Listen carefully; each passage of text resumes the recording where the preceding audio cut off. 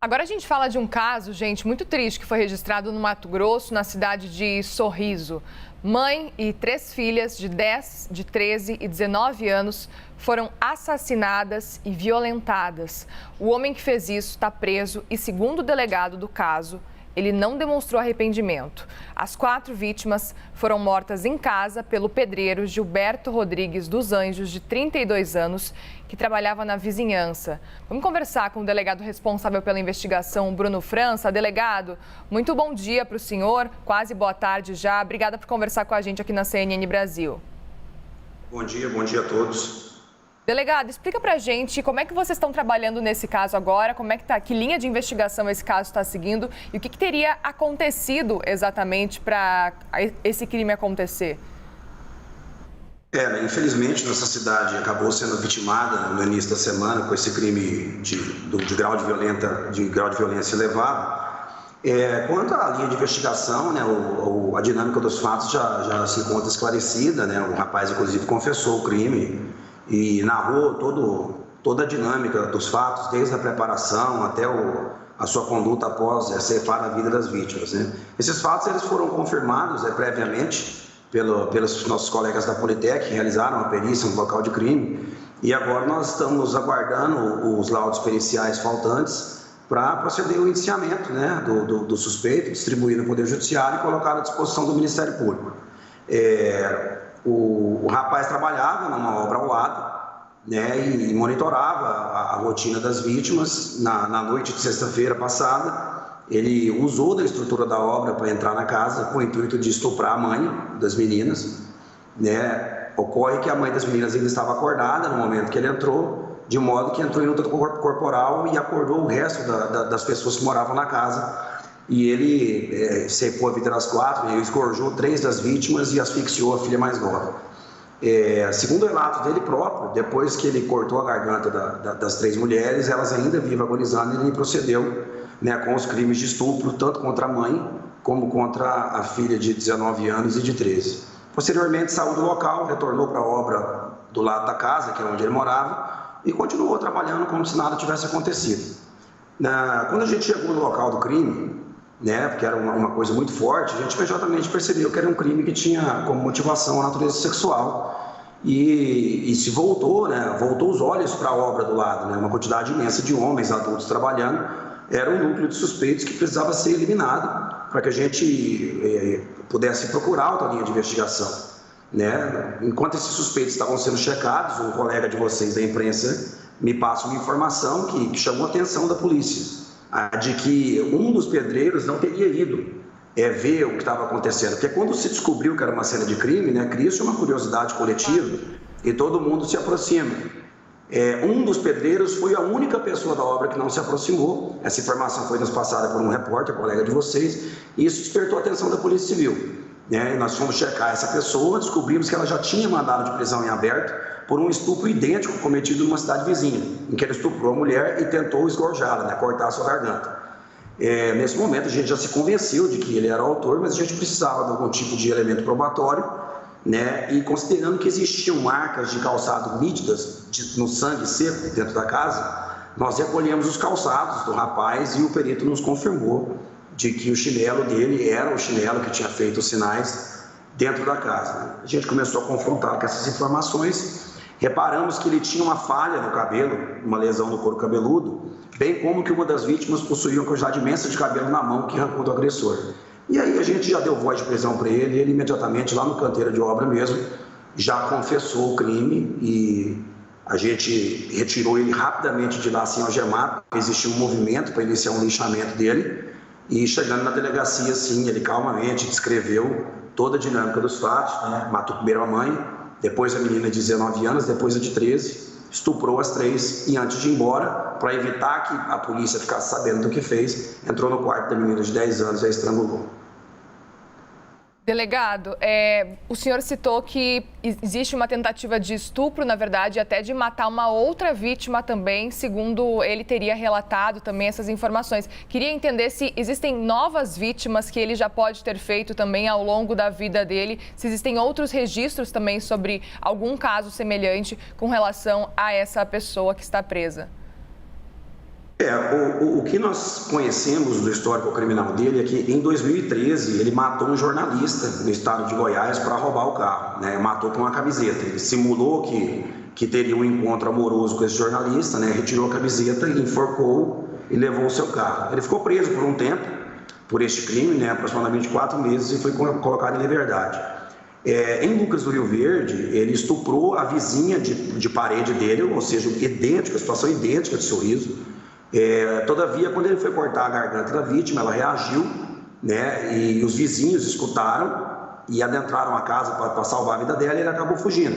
Então ele tinha mandado de prisão em aberto por esses 2 crimes, só que a gente não conseguiu localizá-lo, né? Ele arrumou um emprego numa obra e ficou aqui. Quanto à possibilidade de existirem mais vítimas, né? A gente acha que isso é muito provável, porque nós estamos falando de uma pessoa que está em idade sexualmente ativa aí há 18 anos, 20 anos, uma pessoa que possui uma psicopatia, né? É um predador em série. Então, o rapaz vindo do Maranhão, já matou gente em Goiás, em Lucas do Rio Verde, aqui em Sorriso. A gente acha muito improvável que ele não tenha cometido crime em outros locais. Então, a gente tem esperança agora de que os colegas da polícia que possuam caso em aberto com o mesmo modus operandi possam entrar em contato com a gente para ver se não se trata do mesmo criminoso, né? Para trazer também justiça para essas pessoas que ficam sem saber o que aconteceu e sem um culpado para atribuir responsabilidade. Ou seja, nesse momento vocês estão lidando com um assassino em série? Não, quanto a isso a gente não tem dúvida nenhuma. Inclusive, se você analisar o perfil das vítimas, né? A mulher de Lucas do Rio Verde é uma mulher de idade semelhante à da vítima de Sorriso. Por isso que a gente acredita que, caso ele conseguisse surpreender a dormindo, ele mataria unicamente a mãe, né, que era o alvo dele. A gente acredita que as outras vítimas morreram porque acordaram, né, e aí o criminoso entra há uma alteração do plano de execução dele, da situação. E eu fico feliz que a gente conseguiu prender esse rapaz, porque como ele é um predador em série, né, a investigação desses crimes é muito difícil, porque todo crime de homicídio, a motivação é um dos guias da investigação. E nesse caso, o motivo do crime existe unicamente na cabeça do criminoso. E a mente de um criminoso solto não é uma fonte de prova acessível para a polícia. Então, caso a gente não consiga prender, igual não conseguimos no caso de Lucas do Rio Verde, provavelmente só teríamos outra janela, outra chance quando ele voltasse a matar. E isso é uma variável que a segurança pública não pode aceitar. Agora, que ele é um criminoso em série, um predador sexual, isso aí não tem dúvida nenhuma. Isso é uma coisa que é tranquila, tanto que ele matou 4 pessoas e estuprou 3 pessoas que ele sequer conhecia, né? Conheceu pela vigilância que fazia da casa, considerando que ele confessa que antes de cometer o crime, estudou a rotina das vítimas, estudou a dinâmica da estrutura da casa, sabia exatamente por onde entrar, pulou a janela que estava aberta e infelizmente a gente não conseguiu impedir que essa tragédia acontecesse aqui no nosso município. Delegado, e quais são os próximos passos desse caso agora? Ele que continua preso, né? Sim, né? A gente deu cumprimento nos 2 mandados de prisão que ele tinha aberto, bem como a juíza aqui da audiência de custódia decretou a prisão preventiva dele por esses casos. Infelizmente, ontem à noite já chegou o primeiro laudo, tá? E o DNA do criminoso positivo na vagina da menina de 13 anos. Então, o primeiro estupro está confirmado do ponto de vista pericial. A gente agora vai aguardar nossos irmãos da Politec, que por sinal queria parabenizar, juntamente com todos os policiais, né, que trabalharam nesse trabalho de excelência, retornar para a gente esses laudos e relatar o inquérito, e certamente vai ser indiciado por 4 homicídios qualificados, por 2 estupros consumados e por um estupro de vulnerável. Delegado, tinha alguma informação se alguém mais morava na casa com a mãe e com as 3 filhas? Sim, infelizmente é uma coisa muito dolorosa, né? Porque o pai dessas meninas era caminhoneiro, não estava trabalhando. Então, até mesmo isso foi planejado pelo criminoso, né? A entrada na residência quando não houvesse um homem que pudesse oferecer resistência real para ele, né? Porque ele é um cara que trabalha na construção civil, uma pessoa de força física desenvolvida, né? E com vítimas mulheres, então tudo isso é calculado. O pai estava no Paraná quando essa tragédia aconteceu. Inclusive, ele procura a polícia, né, já no sábado, dizendo que estava preocupado, porque não conseguia falar com a família. A Polícia Militar, nossos irmãos da Polícia Militar foram até a casa, não conseguiram entrar por causa dos cachorros, mas repararam que os ares condicionados estavam ligados e que havia um veículo na casa. Então, havia sinal em tese de ocupação da residência. Nós comunicamos o pai, já na segunda-feira continuava sem contato, entendemos que a situação era insustentável. Os colegas da PM abriram o portão para os cachorros fugirem e decidiram entrar na casa, mas já da janela foi possível visualizar o corpo da primeira vítima, da menina de 13 anos. Eles nos comunicaram, chegamos no local do crime, isolamos a cena e demos início à investigação. E qual que foi o relato dos colegas dele de obra? Eles foram pegos de surpresa? Há quanto tempo que ele estava já trabalhando nessa obra, delegado? Não, há muito pouco tempo, porque ele estava em Lucas do Rio Verde 2 meses atrás. E ele veio foragido depois de tentar matar essa menina lá. Os colegas dizem que era uma pessoa tranquila, não dava problema para ninguém, que não caçava confusão, uma pessoa trabalhadora, pacata. Esse tipo de criminoso, ele realmente se torna invisível, né? Ele fica ali, ele não consegue se desvincular tão fácil da cena do crime, né? Tanto que ele teve 3 dias para fugir e ele não sai dali. Ele fica ali, quando a gente estava na obra, ele conversa com a gente como se estivesse ajudando, dando informação, e ele leva a cena do crime com ele para a obra, né? A gente encontrou, ele guardou como recordação tanto as roupas com sangue das vítimas que ele estava usando, como a calcinha de uma das vítimas que ele estuprou. Ele leva, né, como modo de reviver aquele momento que para ele é muito prazeroso, né?